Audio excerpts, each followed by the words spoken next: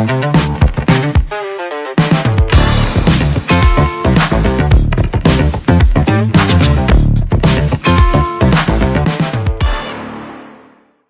оны босгон дээр бидний урилгыг хүлээн авч үндэсний эргэцүүлэх өдрийн тайзанд хүрэлцэн ирсэнд маш их баярлалаа танд. Шинэ оны мэдлэгч хүргэе. За баярлалаа. Тэгээд та бүхэндээ болоо телевиз үзэж байгаа нийт монголчуудаа шинэ оны мэндийг хүргье. Монгол ардын намын шинэ үеийн буюу 13 намын дарга уучрал намын даргын одоо мөрийн Зэвд уучрал усын хурлын дарга уучрал ихтэй дурдсан ардын нам ард түмний өсөлтөд шийдвэргэж шадар сайд монголчуудын тэргуун шадар сайд нэмээс уучрал Монгол ардын намын шинэ даргаар сонгогдлоо. За миний хамгийн ихний асуулт таны шинэ жилийн дурсамжтай холбоотой асуулт асуумаар байна. Бүгдээрээ сайхан баяр хөөртэй хөгжилдөж одоо хамгийн сайн сайхныгаа ярьж байгаа энэ үедэр та хамгийн сэтгэл тод үлдсэн гоо шинэ жилийн дурсамжаас хуваалцаач гэж танаас хүсэж байна. Шинэ оны баяр бол миний хувьд болоод манай гэр бүлийн хувьд их онцгой баяр. 12 сарын 31 бол шинэ он солигдно.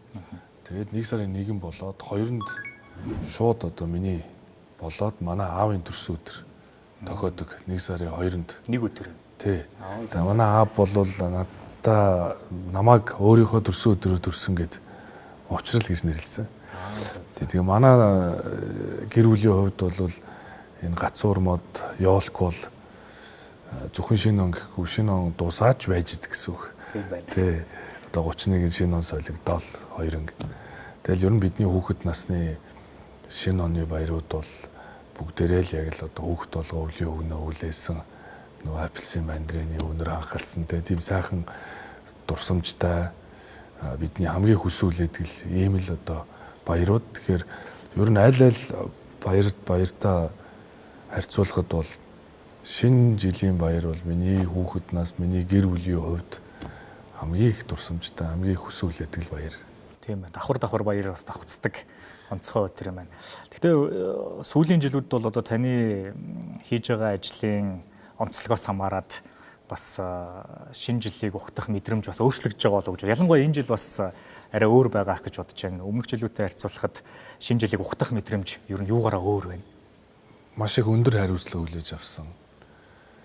За 104 жилийн түүхтэй, агуу түүхтэй бас намын даргаар намынхаа их хурлын төлөөлөгчдийн олонхын саналаар бас сонгогдлоо. Дээрээс нь төрийн эрх барихтын эд байгууллагыг удирдах юм эрхэм үүрэг оногдсон. Тэгээ шинэ он тулаад байдаг. Маш их богино хугацаа, маш их сорилттой. За ингээд өөрөө их хурлын дарга, намын даргын хуваар одоо шинэ албан тушаалдаа, шинэ энэ хариуцлагадаа дасан зохицох.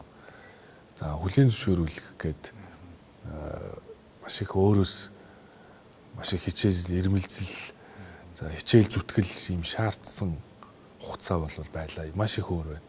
Тэгээд яг одоо үндэсний нөө эргэцүүлэх өдөр гэдээ би орж ирээ харж байна. Үнэхээр их зүйлийг эргэцүүлэх шаардлагатай ийм цаг мөчтэй л одоо тулгарсан байна. За тэгвэл хоёулаа эргэцүүлцгээе. Өнгөрсөн жил болсон одоо хамгийн ихний бидний онцолж байгаа үйл явдал бол та Монгол Ардын намын даргаар сонгогдсон үйл явдал байлаа.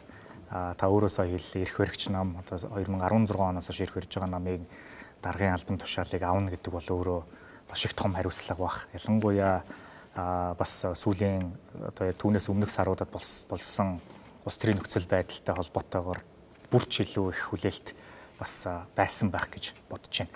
Би гэхдээ эндээс таны яг намын даргын албан тушаалыг аваад авахтаа хэлсэн ардын нам ард олондоо эргэж ирнэ гэдэг үгийг онцолж асуухыг хүсэж байна. Та энэ үгээрээ юу илэрхийлэхийг зорьсон бэ? Тий, ардын нам ард түмэндээ эргэн ирнэ. Тэгээ эргэн ирэхийн тулд хийж хэрэгжүүлэх гишүүн төвтэй ил тод хариуцлагатай за хүний нөөцийн одоо шударга тогтолцоотой орчин үеийн одоо жишгт нийцсэн улс төрийн намыг одоо бүрэлдүүлэн цогцлоохын төлөө л одоо хичээж ажиллана гэдгийг илэрхийлсэн.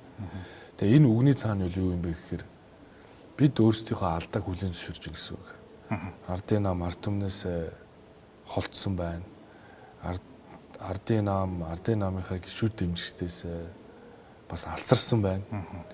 Ардын намын одоо шат шатны удирдлагууд ард түмнийхээ дуу хоолойг сонсож яг тэр хэрэгцээ шаардлагад нийцсэн шийдвэрүүдийг гаргаж ард олныхоо дунд амьтаа бас оршиж чадахгүй байна гэдэгтээ үнэлт дүгнэлт өгч ирсэн. Тэгэхээр ардын нам ард түмэндээ эргэж ирнэ гэдэг бол ард түмнээсээ холдсон гэдгээ хүлээн зөвшөөрж шít. Тэгэхээр энийг бас хүлээн зөвшөөрөх ёстой. Үнэхээр ард түмний нийгмийн одоо шүүмжлэл бол та бүхэн ард түмнээсээ алсарсан байна. Үүндээ үнэлэлт дүгнэлт хий гэдгийг бол бүх төвчний судалгаа харуулсан.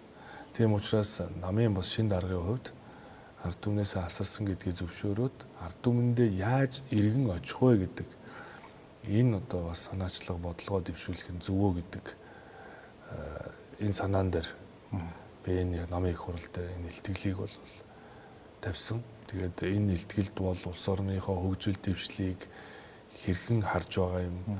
За залуу бас даргын хувьд энэ дэлхийд дахинд өөрчлөгдөж байгаа энэ геополитикийн нөхцөл байдалд энэ 3.6 сая хүн амтай улс яаж оршин тогтнох юм? Биднийг одоо цаашаа яаж салбар авч явах юм бэ гэдэг дээр бол ер нь байр суурь маш тод илэрхийлсэн. Тэгээд бидний үеийнхэн бол за 90-ад онд бид нар 10 жилийн сургууль сурж за энэ ардчлалын олд амжилтыг үзэж харсан, туулсан. Энэ нь одоо ардчлалын буйнаар гадаадд одоо сургууль төгссөн. За энэ дэхний технологи, мэдээллийн 90-100-д одоо ач холбогдлыг мэдэрч байгаа юм шинэ үеийнхэн баггүй. Тэгэхээр энэ боломжийг хүн болгон тэгш хүртэх одоо бодлого бол бидний одоо анхаарлын төвд байх ёстой. Бидний үеийнхний гэдэг энэ зарчмаа бол би одоо тодорхой илэрхийлсэн. За мөн хувийнхаа хувьд ч гэсэн одоо хувь хүнийхээ хувьд ч гэсэн за би одоо хувь хүнийхээ хувьд унаад боссон. За уруудаад өгсөөд өвчин зовлон саад бэрхшээл сорилтуудыг туулаад явж байгаа. Ийм л нэг Монгол нэг энгийн залуу. Тэгэхээр миний амьдрал тохиолсон одоо тэр сорилтыг тэр өвчин зовлон саад бэрхшээлийг би сэтгэлийн тэнхээгээр дээрээс нь ард олныхоо итгэл дэмжилгээр маш олон одоо ээжүүд, эмэгтэйчүүд, эхчүүд, манай намын гишүүд, дэмжигч, миний найз нөхөд, журмын нөхөд бүгдээрээ одоо танихгүй маш их хүн уучрал босоод ирээсээ залуу хүн улс орондоо ихийг хийж бүтээгээсэй гэж өглөө болгон сүүгээ өргөж байснаа над руу одоо бас дурсан ярьж захиа занаа бичиж надтай хамт манай гэр бүлийнхэн миний ээж аав тэгээ эхнэр гэр бүлийнхэнтэй хамт одоо миний төлөө сэтгэлэн зовсны олон түмний итгэлээр би бас эргэн ирсэн. Тийм ч учраас энэ баярлсан сэтгэлээ илэрхийлээ эрүүл мэндийн салбарынд за тэгэл над миний төлөө сэтгэл гаргасан хүн болгонд нэг баярлснаа илэрхийлээгээд эргэн ирсэн мэн гэдэг номоо гаргасан. Хувь хүнийхээ хувьд ингээд эргээд ирсэн хүн. Тэгвэл ардын нам мөн бас ард түмэндээ илүү ойртож эргэж ирэх гэдэг энэ одоо хоёр огтлцол дээр л бас энэ үгийг илүү их илэрхийлэхийг хичээсэн. Тэгээ ер нь одоо спортынхан ч гэсэн comeback is real гэдэг тий.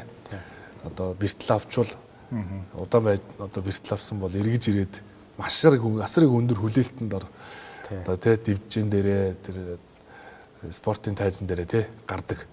Яг үүнтэй адилхан ардын нам тодорхой хугацаанд ард түмнийхээ итгэл дэмжлэгийг алдсан байна. Эв зүгөө олохгүй байна. Дундаа хагарч бутарж байна. Бүлгэн нь хоёр хуваагдлаа.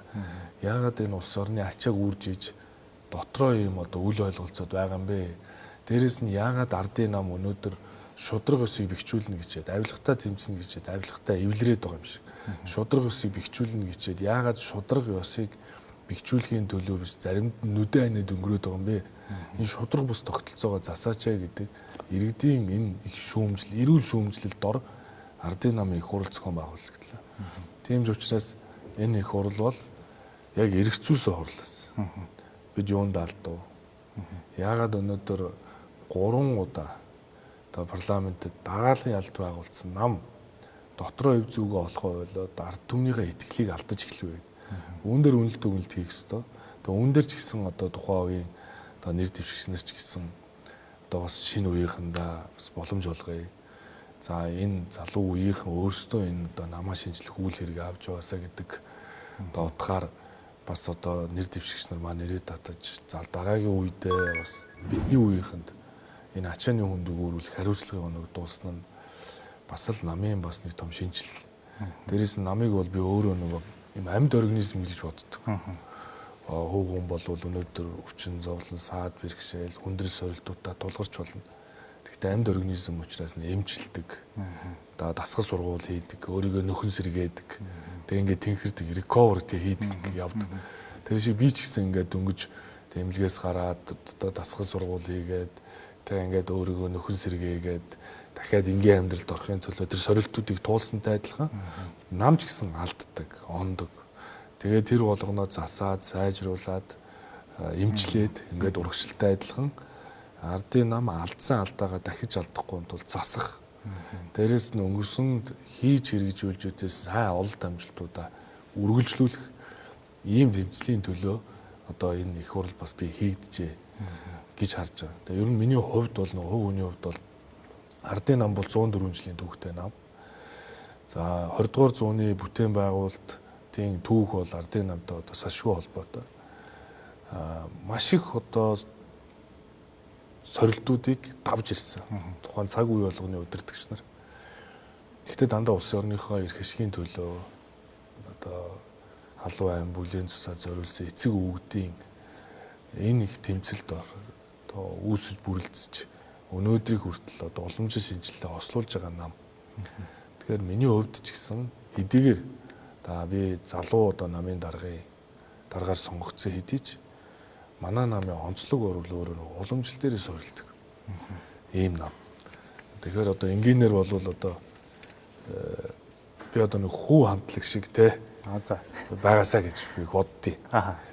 Хүү хамтлаг бол одоо Монголын дээл хувцсыг орчин цагтаа гоё нийцүүлж тэгээ шинэ дизайн ингээ өнгөлөж дахид тодорхойлсон байна.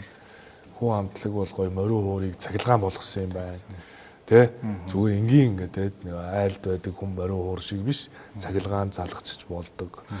Тэгээ хөгжмийг нь орчин үеийн хөгжмөнтэй нийлүүлээд одоо ийм орчин үеийн чиг хандлагад нийцсэн ийм анхаарал татгууц болгож чадчихна гэдэгтэй адилхан ардын нам бол цаашдаа одоо хүү хамтлаг шиг тэгээ уламжлал алдахгүйгээр орчин үеийн инновац, технологи, шинжил өөрчлөлтийг хийх нам болохоос биш өнгөрснөө үгүйсгээд зөвхөн шинэ үеийн одоо бодол санааг шингээдэг биш. Уламжил дээрээ суурилсан шинжилгээг хийх зорилгоор залуу намын даргатай. Гэхдээ манай намд бол 104 жилийн түүх энэ намын төлөө итгэл үнэмшлэрээ үргэлж одоо дэмжиж санаа зовниж ирсэн олон мянган гишүүд дэмжигчнэр маань энэ залуу намын даргатайгаа нэгдээд Ахмад дунд залуу үеийнхаа энэ алтан хэлхээн дээрээ шинжилгээ хийж чадвал энэ амьд организм учраас олонний итгэл дэмжлэгийг авч ардын нам ард түмэндээ дахин эргэж очих байхаа гэдэгт бол эргэлзэхгүй. Тийм ч учраас одоо их хурлын дарга, намын даргын хувьд тэгээ гүйцэх засаглалтаа хяналт тавьдаг.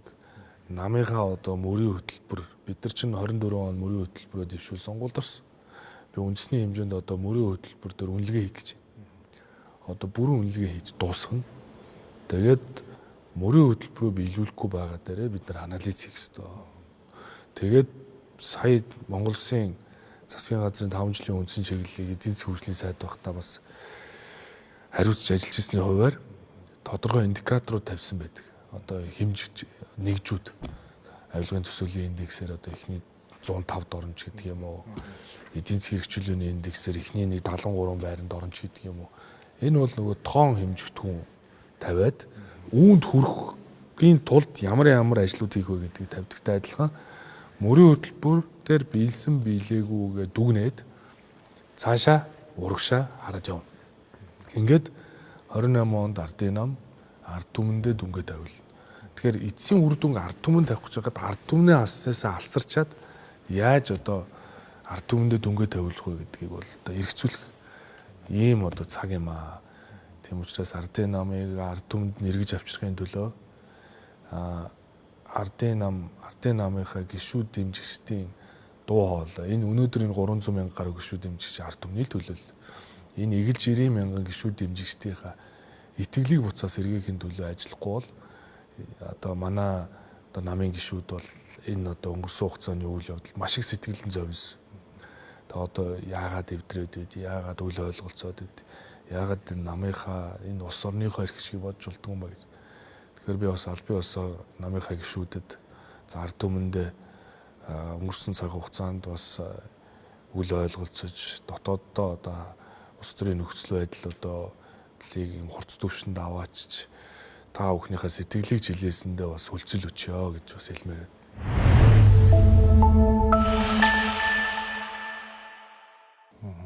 Амьд организм гэж намыг одоо зүйрлсэн нь сонирхолтой санагдлаа. Та спортын зүйрлүүд нэлээд хэлсэн учраас авраг цол авна гэдэг нэг хэрэг. Тэгэхдээ аврага хамгаална гэдэг бүр хэцүү одоо төвхтэй зүйл байдаг гэдэг. Ардын намын хувьд та бас өөрөө 3 одоо парламентын сонгуульд дараалаад ялцсан. 4-р ялна гэдэг бол бас өөрөө их том сорилт байгаа болов уу гэж бодож байна. Энэ бас таны дараагийн хийж их ажлуудтай шууд холбоотой байх гэж бодоод үргэлжлүүлээ дараагийнхаа асуултыг асууя. Та бас л адилхан намын залуу дарга болсонтой адилхан парламентын хамгийн залуу спикер боллоо. Залуу гэдгийг дагалдаад бас их хүлээлт арай өөрөөр үүсэж байгаа болов уу гэж бодож байна. Залуу гэдэг үгийг автоматар шинжилэл шин уур амьсгал гэж дагаад явдагтай адилхан одоо яг залуу спикерийн хувьд яг парламентод та ямар шин салхи, шин зүйл оруулж ирэхийг зорж ийн вэ? Таны одоо яг legacy, спикерийн хувьд таны үлдээх legacy ер нь юу байна гэж та төсөөлж харж байна? За парламентын дарга бол улс төрийн 5 намын эвслийн төлөөлөлтөө шин одоо үндсэн сонгуулийн хуулийн дагуу 126 гишүүнээс бүрдсэн парламентын дарга. Дээрэс нь энэ удаагийн парламентын нэг онцлог бол өөрөө жагсаалт буюу салбарын төлөөллүүдийг оролцуулсан ийм парламент. Тэгэхээр нөгөө зөвхөн тойргийн биш тухайн салбарын эрх ашигыг төлөөлж байгаа.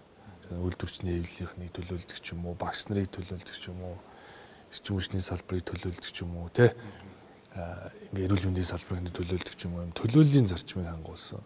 Нэг талаасаа салбаруудын эрх ашиг, нөгөө талаасаа тойргуудын эрх ашиг ингээд хангагдсан баг парламент, одоо баг ард түмэн гэж ойлгож болно. Тэгэхээр надад бол би бол одоо 2 юм дүртэйгээр ажиллаж байна гэсэн үг. Парламентын даргын эндэр дээр бол би улс төрийн 5 намын эвслээс бүрдсэн Монголын төрийн эрх барих дээд байгууллагын хуралдааныг даргалж байгаа. Буюу 126 гишүүн тэгш боломжийг олгох. Их хурлын гишүүний бүрийн эрхийг хүндэтгэх зөв хуралдаан даргалагчуд. Тэгэхээр надад бол нэг юм том сорилт байна. Нөгөө намын даргын дүрийг бол парламентын спикерийн эндэр дээр гаргаад байх нь бол зохимжгүй. Тийм ч учраас би бол одоо арчсан намынхан ч тэр одоо бусад намынхан ч тэр би хүндэтгэлтэй хэлдэг. Би улсын их хурлын гишүүн үгээ хэлэх, үзэл бодлоо илэрхийлэх, хуулиар олгогдсон бүр эрх нь үргэлж хүнддэг. Тэрнээс биш эрх баригч намын даргын дүрээр парламентыг одоо удирдах нь бол утгагүй зүйл юм аа. Тийм учраас надад ийм нэг 2 дүр одоо хэрэгтэй болж таарж шít. Тэгээ би парламентын эндэр дээр бол нэг спикерийн хуваар нам дээрээ бол би нэг намын даргаар, нийгэмд бас нэг намын даргаар. Гэхдээ энэ 2 позицийг зөв хослуулж чадвал парламент өөрөө илүү хүчирхэг байна. Тэгээ улс төрийн эрх мэдлэр одоо манай олонхын одоо бүлгээс оруулж байгаа санал шийдвэрүүд дээрээс нь нэгэнд Монгол Ардын нам засгийн газрыг олонх болсны хувьд байгуулж байгаа бол засгийн газрынхаа гишүүдэд илүү одоо шаардлага тавих, хариуцлага жуулах, мөрийн хөтөлбөрийн биелэлтүүдийг нь хянах гэдэг талаараа бол улс төрийн эрх мэдлэрээ дамжуулж гүйцэд засаглалын ажлыг хурцгахад одоо шахалт үзүүл, шаардлага үзүүлж ажиллаж болно. Тэгэхээр ингэж 2 талаар харж байгаа. Тийм ч учраас би бол арчсан намын бүлгийнхэнд за мөн одоо хүн нам, үндэсний эвсэл, иргэний зөриг наваа намынханд бол маш хүндэтгэлтэй ханддаг.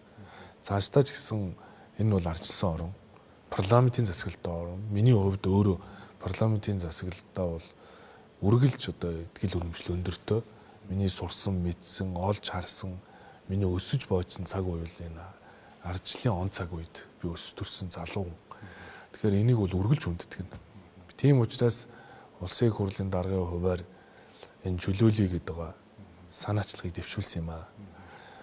Тийм ч учраас эдийн засгийн хөгжлийн сайдаар ажиллаж байхад сая одоо эхлүүлсэн хууль маань одоо Монгол Улсын ерөнхий сайд Зандан Шидар дарга сая их хурлд бас өргөн мэдүүлсэн. Тэгээд дээрээс нь Зандан Шидар даргын би дэргэд тэргүүн шадар сайд, эдийн засгийн хөгжлийн сайд буюу бид засгийн газрынхаа 5 жилийн чиглэлийг хамт боловсруулсны хувьд Зандан Шидар даргын барьж байгаа бодлого үйл ажиллагаа бол надтай бол одоо нэг үзэл баримтлалын хувьд нэг. Яг тэр би бол тэр хүний дэргэд тэргүүн шадар сайд байсан. Дээрээс нь хамтарсан засгийн үед би хэрэглэхийн дарга байсан. Оюутан ерөнхий сайдын үед. Тэгээд тэр үед 4 жилийн засгийн газрын үйл ажиллагааны хөтөлбөрийг тухайн үеийн одоо ганц төмөр даргатай хамтарч би боловсруулсан. Оюутан дарга манлайлж. Тэгэхээр тухайн үед боловсруулахдаа засгийн газрын 4 жилийн үйл ажиллагааны хөтөлбөр одоо бид хэрэгжүүлж байгаа шүү дээ. Тэрний нэг бүлэг нь өөрөө эдийн засгийн хэрэгжил. Хувийн хвшлийг дэмжих, зах зээлдэх төрийн оролцоог бууруулах гэдэг. Энэ чинь нэг намын бодлогосод байх юм байхгүй. Энэ бол өөрөө яг нөгөө засгийн 4 жилийн хөтөлбөр байхгүй. Тэгэхээр эдийн засгийн хэрэгжүүлээний хууль, хөрөнгө оруулалтын хууль, энэ зөвшөөрөл мэдэгдлийн хууль гэдэг ингээд хувийн эрх зүйн шинжилгээг хийх хэрэгжүүлэх ажлуудыг эхлүүлж байгаа. Тэгээ ер нь дүрм журам, саадтыг, гогтгийг бууруулах, чөдөр тушаагнаас салгах ард түмэндээ бид нэр их тийм том гавьяа байгуулж гайхамшиг бүтээж өгч чаддгүймаа гэхэд ядаж заливаа зүйлд орон зайг бий болгож явах хэрэгтэй л гэж биний итгэл үнэмшил бол. Тийм учраас зах зээлдэх төрийн оролцоог бууруулах, аж ахуй нэгжүүдэд бизнесээ чөлөөтэй эрхлэх бололцоог олгох зорилгоор зөвшөөрөл мэдэгдлийн хуулийг энэ чөлөөлийн санаачлагынхаа эхлэл болгоод 90 гаруй хуулинд өөрчлөлтөг өргөн барьлаа. Энэ бол чөлөөлт төр чигээр. За мөн парламентын даргын хувьар сар хүрэхгүй хугацаанд хиймэл оюунд суурилсан AI шинжилгээг өнөөдрөөс эхлүүлээд одоо парламент дээр байршуулсан. Их хурлд өргөн мэдүүлсэн байгаа хууль тогтоомжууд дээр AI шинжилгээг иргэн болгон хэн бүр нээлттэй хийж байна. AI шинжилгээнд дээр дарахаар одоо их хурлд өргөн баригдсан байгаа жишээ нь худалдан аж үйлдвэрийн танхимын хууль гээд ороод үзэхээр хүний эрх чөлөөг зөрчиж байгаа хэдэн заалт байна. Зөрчиж болзошгүй хэдэн заалт байна. Шууд зөрчилж байгаа хэдэн заалт байна. Дээрээс нь зохицуултын шинж чанартай засах шаардлагатай хэдэн заалт байна гэд бүх одоо шинжилгээнүүд 1 минутын дотор гарч ирж байгаа. Хүний эрхийг зөрчиж гинөө. Улс төрийн эрхийг чөлөөг зөрчиж гинөө. Үндсэн хуулийг зөрчиж гинөө гэдгийг тогтоож гин гэсэн. Тэр AI шинжилгээ хийгээд эхлэхээр хүнээс хамааралгүйгээр бид өнгөрсөн хугацаанд 378 хууль дээр өгдөл болгоод ингээд шинжилгээ хийгээд эхлэхээр алдахгүй байна. Дээрээс нь их хурл цаашаа их хурлын гишүүд, засгийн газар, ерөнхийлөгч хууль санаачлаад өргөн бариул AI шинжилгээ хийн заавал. Тэрний үхээр хүний эрхийн зөрчилтөө бол их хурл авахгүй. Улс төрийн эрх чөлөөг зөрчил авахгүй. Бидэнд төрхөөс олгогдсон эрхүүд гэж үгээ хэлэх, үзэл бодлоо илэрхийлэх, чигсаал цуглаа хийх. Би энэ эрх чөлөөг үргэлж хүндэтдэг. Тэгэхээр ардын намын дүрмэнд эрх чөлөө шударгас эв нэгэл тэ гэд 3 үг л бий. Тэгэхээр эрх чөлөөний төлөө шударгасыг бэхжүүлэхийн төлөө эв нэгдлийг хангасан эрх хөрөгч намын дарга байх нь орчин цагтаа илүү нийцнэ. Тийм учраас энэ чөлөөлийн санаачлага энэ 90 гаруй хуулийг өөрчилж байгаа. Энэ AI дээр шинжилгээ хийж байгаа энэ төр бол парламент өөрөө ардчил эрх чөлөөний төлөө үндсэн хуулийн тэр 5 дугаар заалтыг амьлуулахын төлөө ямар ч одоо нэг эрх чөлөөний зөрчсөн заалттай хууль батлахгүй төлөө ард түмнийхээ хамгаалдаг парламент байхын төлөө ингэж ажиллах хэрэгтэй юм байна гэж дүгнсэн. Дээрээс нь энэ засаг дээр хуучин e-кабинет гээд одоо сайд нар улс их орныхоо нийт мэдээллийг real time-аар хардаг болсон. Түүн шиг 99 мэдээллийг их хурлын гишүүдэд дашборд гаргаж өглөө.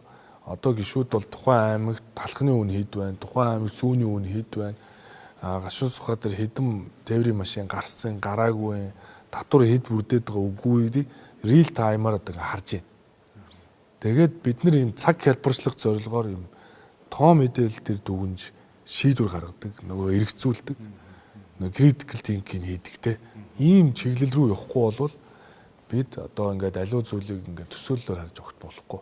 Тийм учраас парламентын дарга багтаа бол хүний эрхийн зөрчилтэй хууль тогтоомжуудын давхардл хийдлийг арилгах. Яг энэ сая зөвшөөрөл дээр 90 хуулийг өөрчилж хил зэсгийн дэмжүүлсэн шиг хүний эрхийн зөрчилтөө Монгол улсад хүчин төгөлдөр мөрдөж байгаа хуулиуд төр хүний эрхийн зөрчилтэй хуулиудыг нэг цэгцэлж аавна. За улс төрийн эрх чөлөөг зөрчиж байгаа хуулиудыг нэг цэгцэлж аавна. За ингээ эдийн засгийн эрх чөлөөний энэ хуулийг баталсны дараа зохих арга хэмжээнүүдийг бас аавна. Дээрээс нь их хурл бол одоо өнөөдөр батллаа. Ногоо эдийн засгийг дэмжих, за тэр одоо өрх болгон цахилгаан хэрэглэгч байх, одоо цахилгаан үйлдвэрлэгч байх одоо тогтоолыг баталсан. Дээрээс нь иргэдээ одоо инфляциас, үнийн өсөлтөөс хамгаалах чиглэлээр тэр одоо мөнгө хүлэлтээс иргэдэд чөлөөлөх арга хэмжээний бас нэг тогтоолыг эдийн засгийн байнгын оронд орууллаа гэдэг. Хэдий богино хугацаанд ч гэсэн цаашд нөгөө чөлөөлийн санаачлагын хүрээнд хаана ямар чөлөөлт хийх вэ гэдэг одоо ихний ажлуудаа бол энэ хугацаанд хийж чадлаа. Чөлөөлөе гэдэг бол зөвхөн энэ бол бас тэгэхээр эдийн засгийн эрх чөлөөний тухай бизнес эрхлэгчтэй ч юм уу маш том агуулгатай зүйл. Та бүр хэлсэн үгэндээ энэ бол хүн болгонд, сэтгүүлч болгонд, иргэн бүрд гэдэг ингээд их нийгмийн одоо харилцааны олон оролцогч талуудыг бүгдийг нь хамруулж ийн гэж хэлсэн. Тэгэхээр эрх чөлөө гэдэг ойлголт бас нэлээд өргөн хүрээтэйгээр харж байгаа юм байна. Энэ бас таны яг та түрүүн хэлсэн шинэ үеийн залуу гэдэг нэг онцлог дагалж явж байгаа зүйл байх гэж бодож байна. Ухаалаг одоо засаглалын чөлөөлт гэж байгаа. Технологичсон мөртлөө дэмждэггүй. Цахимжсан мөртлөө цаасаар нэгдэг. Аргаа бараа 109 хуулийг тухайд батлуулж илаа. Нэг хоёрт бол нөгөө дүрм журмын чөлөөлт. Хууль давсан дүрм журмын чөлөөлт.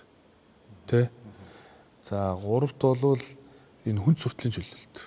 Энэ гогтөгээ болоод байгаа хүнд суртлуудыг хэрхэн чөлөөлөх вэ? Дээрээс нь үндсэн хуулийн эрх чөлөөг зөрчиж байгаа хууль тогтоомжийн давхардлын эдлийн чөлөөлтүүдийг хийх ёстой. Ингээд чөлөөлтүүдийг хийгээд өгвөл Монгол хүн бол нэг хүнээс нэг заавал нэг юм гуугаад байхгүйгээр сайн сайхан амьдрна.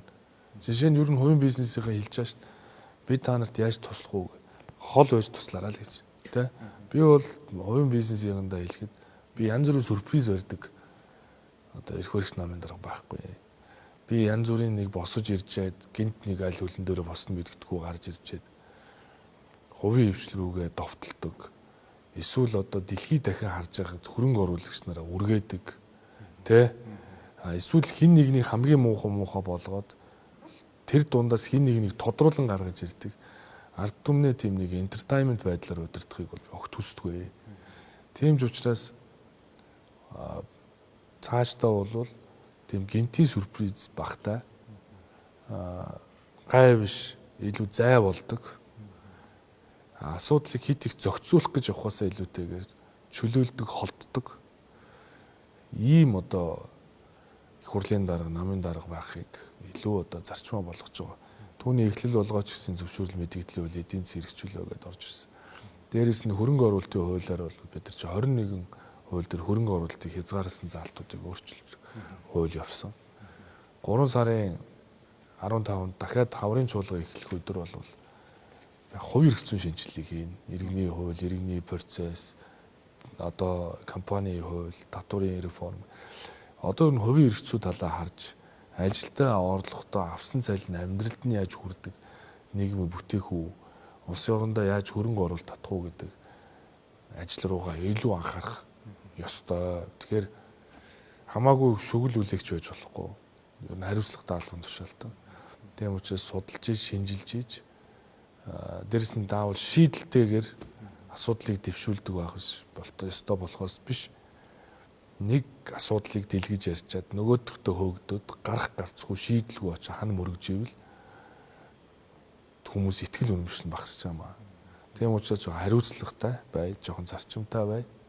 Тэгээд асуудал дээр хандахдаа тэгш боломжоор нь хангыг хуулийн өмнө хүн эргэтгэж байх хэрэгтэй. Тэр зарчмаа барья гэдэг ийм л одоо зарчмаар ажиллаж ирсэнтэд 3 удаа бас парламент сонгогдоод за 3 удаа засгийн газарт бас хариуцлагатай алба ашсны хувьд хэдийгээр нас залуу эдийч улс төрийн олж авсан туршлагын хувьд бас сүүлийн одоо олон жил одоо парламент засгийн газарт ажиллаа. Тэгээд алдсан алдаа олж харсан олон зүйлс за ололт амжилтууд гээд ололт амжилтаа баттгаад өнгөрсөн хугацааны алдаагаа одоо засаад ингээд одоо өргөжлөх боломж бол ардын намд бол байгаа гэдэгт эргэцэхгүй байна. Тэгээ учраас сайн төлөвлөж эх жилийг бол илүү ард түмтэйгээ ойртсон, ард түмдээ эргэж оцсон, ард түмнийхээ одоо хүлээлтэнд хүрсэн одоо эрх баригч нам байхын төлөө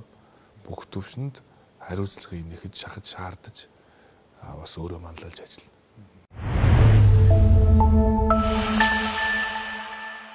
Яг таны ярианаас уламжлал шинжилгэлийн огтлцол гэж ярьж ирсэн хяналт тэнцлийг хангангаа технологийн дэвшлийг хэрэгжүүл нэвтрүүлнэ гэдэг энэ AI-тай холбоотой асуултыг жоохон үргэлжлүүлээд асуумаар санагдчихлаа. Ялангуяа одоо хуульд садаа чидрэг болж байгаа хязгаарлагч хүчин зүйлсүүдийг AI-аар тодорхойлоод ер нь энэ одоо улс төрд ялангуяа ингээд энэ парламентад AI ингэж ашиглахад манай одоо парламент хэр бэлэн байна гэж та харж байна. Та өөрөө захин хөгжлийн яамны сайдаар ажиллаж байгааг энэ бүх ажлуудын эхлэлийг тавьсны хувьд дахиад цаашаага ер нь манай улс өөрөө бас бус нутагтаа яг энэ технологиороо нэлээд тэргүүлэгч болцсны хувьд ямар жишгүүдийг шинээр тогтоож дахид цаашаага анхаарч ажиллана гэж харж байгаа вэ?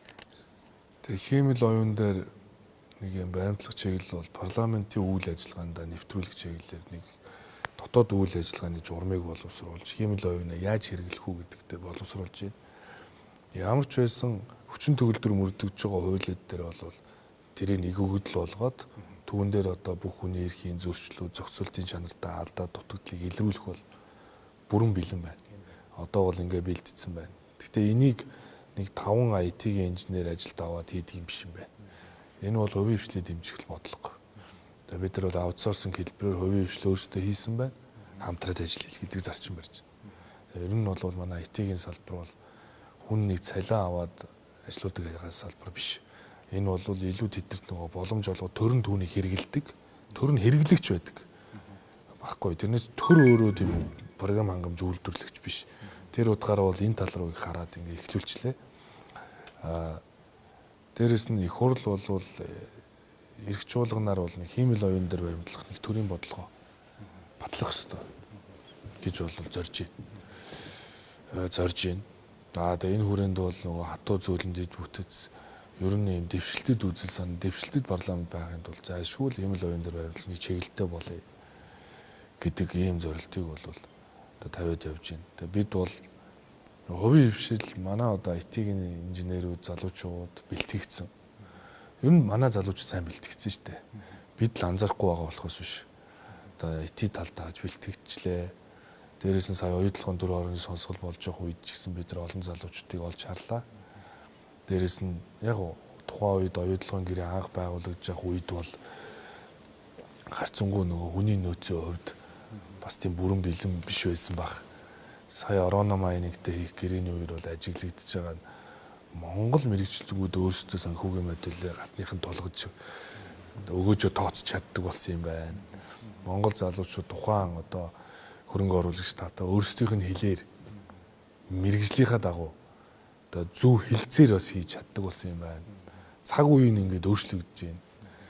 Ингээд цаг үе өөрчлөгдөөд залуучуудын чадвар чансаа ингээд дээшлээд эхлэхээр бид бол ингээд хөрөнгө оруулалтыг татдаг дэлхийн нийтийн сонирхол татсан одоо үндэстэн болох улс болох болцоо шүү дээ. Тэгээ түүнийг ингээд мэдрээд ер нь энэ эрхчил бол гадны хөрөнгө оруулагч нарыг өрн дуудсан ийм одоо жил би илүү байгаасаа тэгээ түүний үндсэн дээр тэр орж ирэх урсгал нь өрх болгон руу хуржтэй ингээд авсан цалин амьдрал ахуйд нь хүрдэг ийм нийгмийг бүтээгчил өнөөдөр бид нэр одоо ажиллаж байгаа шүү дээ. Миний хувьд ч гэсэн би бас одоо түрүү хэлсэн нөгөө хувийнхоо хувьд бас хүндрэл саад сорилтыг даваад явж байгаагийн хувьд надад бол яг байгаа цагтаа улс орныхоо төлөө чин сэтгэл итгэл үнэмшлээрээ ингээд зүтгэе гэдэг бодол байдаг болохоос хүн ер нь амьдралын юу үн цэнтэй вэ гэдгийг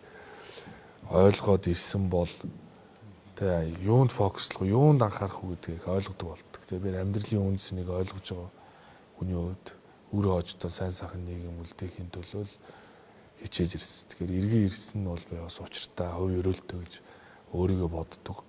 Тийм ч учраас энэ хариуцлагатай албыг авсны хувьд түүхэнд бас тод мөр хөлдөөс хэдэн шийдвэр гаргаж хооч үедээ одоо сайн сайхан амьдрахад нь том хувь нэмэр оруулах ёстой. Энэ яг ядаж энэ эхлэлийн би тавих ёстой шүү гэдэг ийм итгэл үнэмшилтэйгээр л ажиллаж байгаа. Та бас сая дурдлаа Ронотой хэлэлцээр гэдэг. Та бас энэ ажлыг засгийн газарт ажиллаж ирсэн хүний хувьд бас тэргүүлж манлайлж ажилласан. Яг одоо гадаадын шууд хөрөнгө оруулалт бол одоо манай ярилцлагчдад үгүй ер нь сүүлийн үеийн улс төрчдийн хамгийн их хөндөж байгаа асуудал дахиж эдийн засгийг тэлэх одоо бизнесийн орчныг сайжруулах иргэдийн амжиргааны түвшин сайжруулахад бол гадаадын шууд хөрөнгө оруулалт шууд одоо шаардлагатай байна гэдэг санаа. Бид нар Ороногийн хэлэлцээрээс та одоо яг нэг ажлыг ахалж ирсний хувьд юу суралцж түүнийг яаж цаашаага одоо ийм залгамж болгож үлдэх ёстой юм бэ? Ялангуяа парламентыг одоо тэргүүлж байгаа хууль тогтоох байгууллагыг удирдах байгаа хүний хувьд одоо гол өгөх мессеж юу байх вэ? Үнийг таныг сонсоод бас харж байгаа тийм бизнес эрхлэгчид хөрөнгө оруулагчдад та ямар үг хэлхийг хүсэж байна? За их хурлаас батлагдсан гэрээ бол хүчин төгөлдөр байдаг. Төрийн гаргасан шийдвэр бол шийдвэр байдаг. Түүнийг альч үе үеийн засгийн газар парламент нь хамгаалж чаддаг. Тогтвортой хөрөнгө оруулалтын орчинтой байхыг л гадных хүсдэг. Дээрээс нь бид нар тийм ойлгомжгүй айгүй олон агуулгууд байгаа юм бэл. Олон их хурлын тогтоол дээр жишээ нь үр өгөөжийг нь 53%-аас дээш байлгаж гэдэг юм. Одоо сая уйдлагын тогтоол дээр тэр гарлаа шүү дээ. Үр өгөөж гэж юу хэлэх вэ гэж эхэлдэг. Тэ энэ нэг эдийн засгийн өгөөж дангаараа биш. Энд чинь нам байна, шууд бус өгөөж гэж байна. Тэгэхээр юуг нь тооцох вэ? Тэгэхээр бид нар энэ өгөөж гэдгийг юуг тооцох юм бэ? Тэг яаж ийж тэр үндсэн хуулийн газрын хэвлэлийн баялаг дийлэнхийг ард түмэн эзэмших гэдгийг юу гэж ойлгох юм бэ гэдгээр бас энийг хуульчлах тий. Энэ бол эдийн засгийн өгөөж, энэ бол ийм өөрөө газрын хэвлэлийн баялагийг ард түмэн ингэж эзэмт. Гэт цаашдаа санхүүгийн болон бусад хэлэлцээр хийхэд эргэцсэн орчин тогтвортой, ойлгомжтой нэг мөр хэрэгэлдэг болгохыг бид нар даруй хийж өгсөн юм байна. Тийм учраас энэ оюутлогын төр ороогийн үеэр ч гэсэн би ажигласан. Маш сайн одоо олон нийтийн мэд хэрхийг хангуулсан сонсгол боллоо. Одоо цаашдаа тэр тогтоол дээр байгаа ойлгомжгүй үг хэл. Одоо чинь үр өгөөж гэж юу хэлэх, юуг хамруулад үр өгөөж. Тэ? Дээрээс нь энэ алдагдсан боломжийг юу хэлээд байгаа. Эний нэр томьёоны хувьд цаашдаа энэ хойч үедээ хэлэлцээр хийхэд сайн гараа авлага болохгүй бол зүгээр улс орныхоо төлөө хэлэлцээр хийсэн хүмүүс буруудаа тоцордог. Эсвэл ирээдүйд хэлэлцээр хийж байгаа хүмүүс нэг юм айцтайгаар хэлэлцээр хийх юм асуудал байх учраас төрийн албанд байгаа энэ залуучуудаа тогтвортой суурьшилтай ажиллуулах юм бол эргэцэн хамгаалтуудыг сайн хийж өгөөд харин хариуцлага шахдаг болох ёстой гэж би одоо ойлгож байгаа. Энэ олон хэлэлцээрүүдийн дард зүгээр Ороно маягтай хийсэн дээр бол бид нар нөгөө яг маш олон хувийнхаа хэлж байна. Энэ бол яг корпораттэй тийм сайн гэрээ болжээ.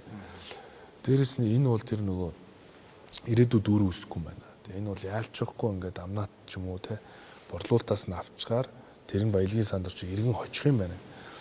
Гэдэгтэй адилхан ард түмэн газрын хэвлэлийн баялаг аж тэр бусад баялаг аж тэр хэрвээ хэрэглүүлж байгаа бол иргэн бата иргэнд оржид одоо хувь нэмэр нь үр өгөөж нь ирж явах хэрэгтэй шүү дээ.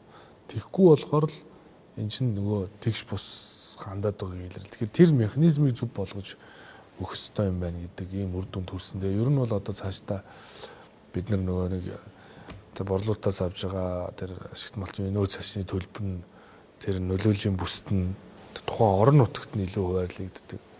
Иргэдд нь ч гэсэн одоо тэр иргэн болгонд нэрдэг. Тэр нь одоо тэр өсөж үрждэг ийм одоо тогтолцоо руу явахын тулд энэ тогтолцооны том шинэ өөрчлөлтийг хийх ёстой. Тэгээд юутаач бол бид нэр ингээд дэвшлүүд бол гаргаад бол явж байна. Тэгээд мэдээж эдийн засгийн байдлын геополитикийн нөхцөл байдал бол бидний таавар шүүгээр өөрчлөгдөж байна. Гэхдээ бэлэн байдлыг хангах ёстой.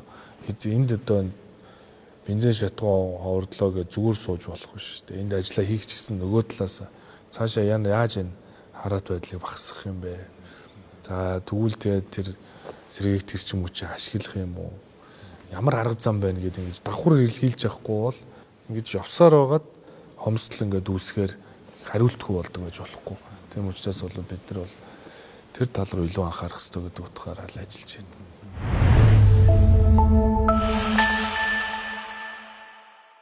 Маш сонирхолтой үндэслэг байна. Яг энэ эрх зүйн орчныг нь бүрдүүлж ажиллах боломжийг олгоно гэдэг бол яг харахгүй дараа дараагийн ялангуяа залуучууд, залуу мэрэгчлэтнүүдийн хувьд бас эх орондоо өөрийнхөө сурсан мэдсэн зүйлээ сурахад хамгийн чухал нөлөөлөх хүчин зүйлсийн нэг байх гэж бодож байна. Би сүүлийн хэсгийг бас яг шинэ жилийн үдэш байгаа учраас жоохон хөнгөн чөлөөтэй явахыг хүссэн. Та залуучуудын дунд бол бас уран бүтээлчээр танигдсан хүн шүү дээ. Одоо таны карьерийг одоо ингээ та сая өөрөө иргэн ирсэн минь учиртай гэл ингээ нөгөө карьерийн үеүүдийг таны бодохоор яг харахгүй бас яг уран бүтээлч байсан үе бас нэлээд чухал байр суурь эзэлдэг байх гэж би бодож байна. Одоо бодоход ер нь юу төсөөлөгддөг вэ? Одоо айгүй юм хоёр өөр контрастны нөхцөл байдал. Илүү шинэ жилдээ нэлээд холбоотой дурсамжууд байдаг байх гэж бодож байна. Одоо ер нь бол тухайн үед нэг одоо 20 жилийн өмнө юм да тий. Тэгээд өдөр нь бол нэг оюутан одоо нэг тийм бас идэвхтэй хурал зөвлөгөөнд илтгэдэг оюутан дүртэй. Оройн бол одоо оюутны шинэ жил оюутны арга хэмжээнд очиж дуулдаг тийм дуучны дүртэй. Хоёр дүртэй л байсан гэсэн үг шүү дээ. Тэгэхээр тухайн үед бол шинэ жилээр бол би бол их л одоо ханаар ярианаар бол бидний яриагаар бол халтур хийдэг те. Их л одоо 1 2 3 жил бол их л одоо тухайн чинь 1 2 1 5 6 газар орчдөг л байсан шүү дээ. Тийм их үү? Тийм. Тухайн чинь та ч мөр тэгвэл би ч одоо 2 3 жил их ирэлттэй байсан байна. Тийм биш үү? Тэгээ ингээ явцдаг байсан. Тэгээ яг хүмүүстэй хамт баярын хийх, хүмүүс баярлуулах сайхан мэдрэмжлтэй. Хүмүүс хүсснийг үнийг нь шүү дээ. Хүсээгүй болчихоо хүчээр очиод муухай л да. Энд да тэгээ 2 3 жил идэвхтэй хүмүүс дуудаж байгаа дуучин хүн гэдэг чинь нэг уран бүтээл нь ингээд анхаарлаас гарчвал сонирн биш болчдөг шүү дээ. Тэ? Тэгээ яг хүсэмжит үедээ хүн дээр очиж айдуугаа өргөн сайхан тэ. Хаяа тэр үе санагддаггүй юу? Яг гоо тэгэл мэдээ сайхан л үе. Миний цаг тэр тухайн үе гэдэг бол ингээл тухайн үе тэр дурсамжаараа ингээл үлдсэн байна.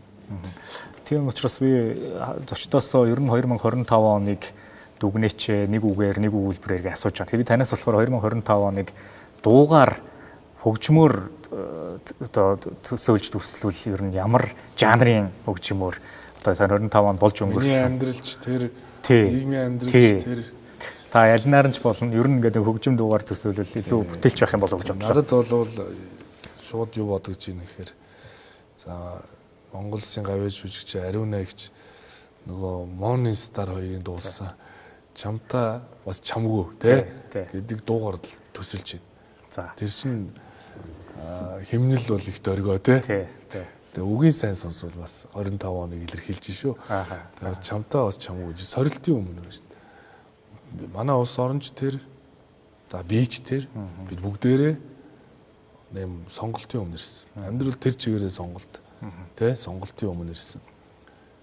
Тэгээд сонголтоо зөв хийгээд урагшлах хэвээр. Тэгээд яагаад тэгэхээр төрийн шийдвэр гаргалтанд тухайн үедээ зарим нь одоо гашуун байдагч ирээдүйд хэрэгтэй шийдвэрж бас биш шүү дээ. Тэгэхээр тэр дуу бол яг л тохирго баг. Дээрээс нь энэ нөгөө залуу үеийн хамгийн одоо бас од суперстар те. Одоо бас олон жил одоо энэ чинь урлагт дараалагдсан Ариун Наягчтай дуулсан байна.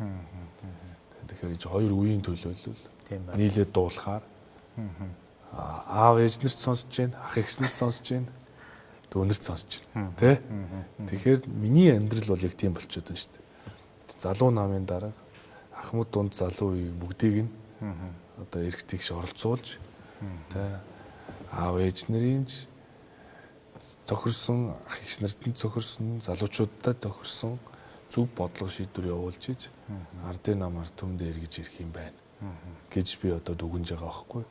Тэгэхээр надад бол мэдээж одоо Тэхүрлийн даргын хөвч, намын даргын хөвч дурслагтай тэгээ олон цаг үеийн бас гэрч болсон ийм одоо сайн баг бүрэлдэхүүн байж иж бид цаашаа одоо илүү хүчрхэг байна. Тийм учраас тэгэл ер нь аливаа зүйл чинь дутуугаа нөхөж ингэж л одоо урагшилдаг. Тэгэхээр 25 он бол ялчгүй миний хувьд ч бидний хувьд ч тэр Morning Star Ариун Наягч хоёрын дуул байл. Маш сонирхолтой сонголт. Иргэжил ямар дуу байхаа бүр анхаарал татчихлаа. Таны яриа саяны намын даргын хувьар бас улсын хурлын даргын хувьар хийж хэрэгжүүлэхийг зорж байгаа, үлдээхийг хүсэж байгаа legacy бүх зүйлсүүд тэгээ яг энэ эргцүүлж байгаа санаанууд яг энийг үзэж байгаа, энэ нэвтрүүлгийг үзэж байгаа айл өрх хүн бүрт бас үргэлжлүүлээд ярианы сэдв болно гэдэгт бол эргэлзэхгүй байна. Шинэ жилийн мэндчилгээ олон нийтэд энэ хэлийг үзэж байгаа хүмүүст бас та хүргэж хэлэх үү? За Монголын ард түмэндээ шинэ оны алуун дотны мэндчилгээг өргөн дэвшүүлье. Тэгээ айл эр болгонд одоо аз жаргал, эрүүл энх, сайн сайхан бүхнийг өсөе өрөөё. Шинэ оны мэнд хүргье. Цаахан баярлалаа. Үнэхээр зүйл бүдгэн тайснаа зэвсэн баярлалаа. Шинэ оны. За баярлалаа. За сайхан баярлалаа.